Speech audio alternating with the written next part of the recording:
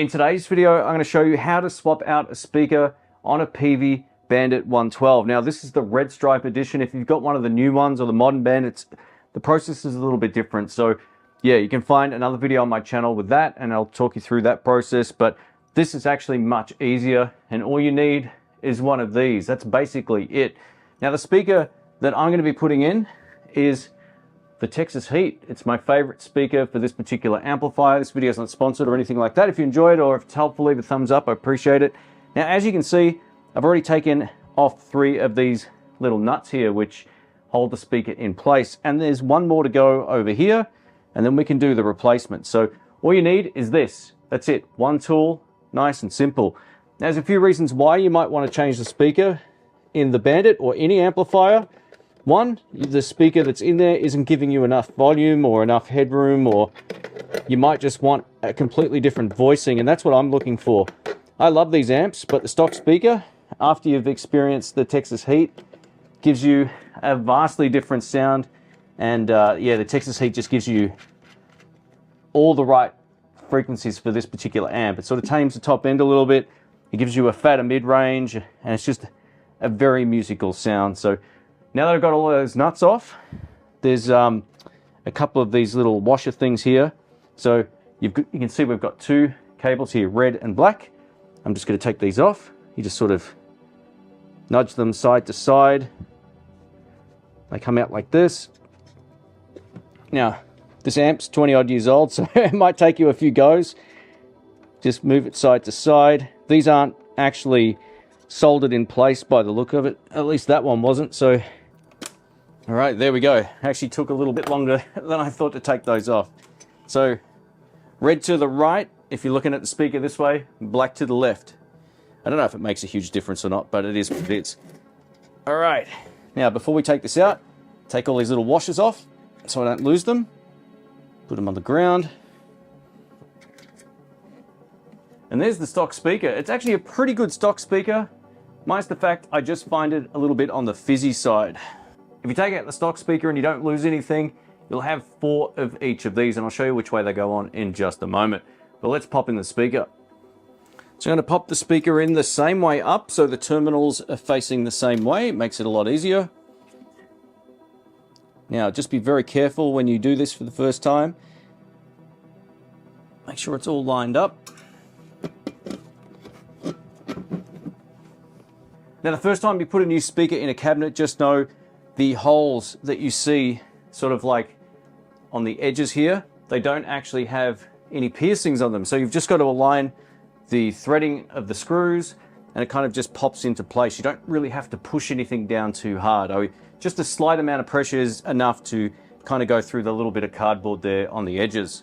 Next, I'm just going to put the terminals back on. It's all the same way as it was before.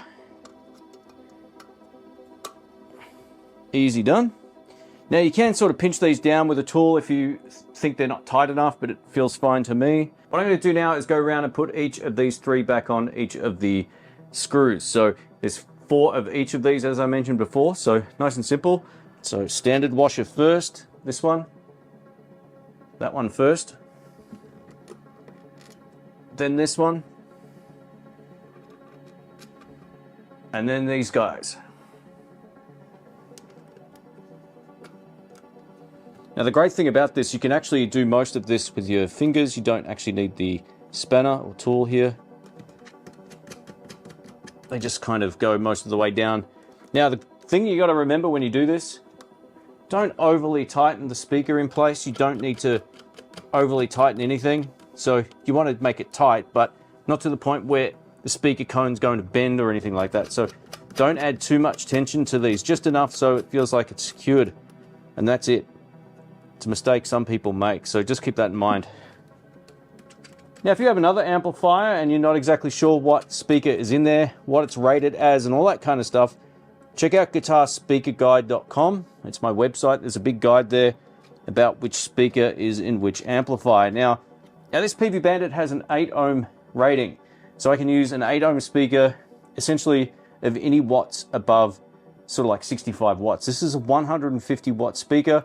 That doesn't matter. All you need to remember is the ohms. So find an 8 ohm speaker if you want this one. I'll link it down below. All right, now I'm just going to use this and tighten it up. Again, not too tight, but tight enough so it feels like there's some tension there, but definitely don't go too overboard with this. The smaller spanner you have, the easier this is too. I wish I had a smaller one, but I'll get one sorted out at some point.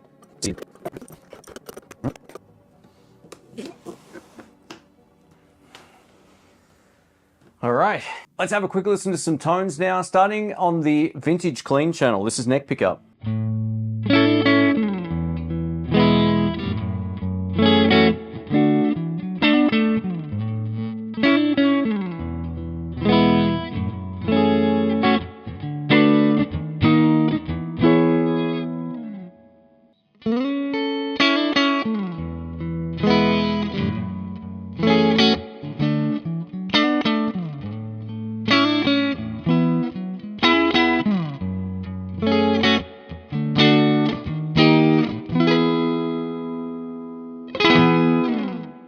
Over to the modern channel.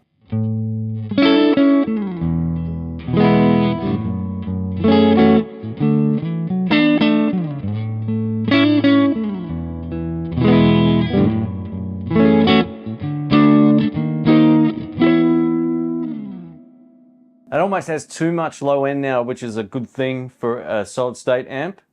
So that's great. One of the reasons I love this speaker in this amp is the vintage drive channel you're about to hear right now. So have a listen to this.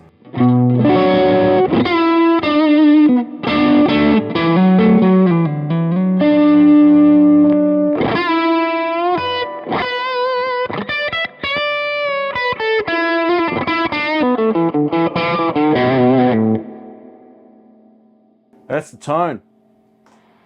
And over to the high gain tone, which is the sort of balls to the wall sound that still has a big sound, not the modern one. Here we go.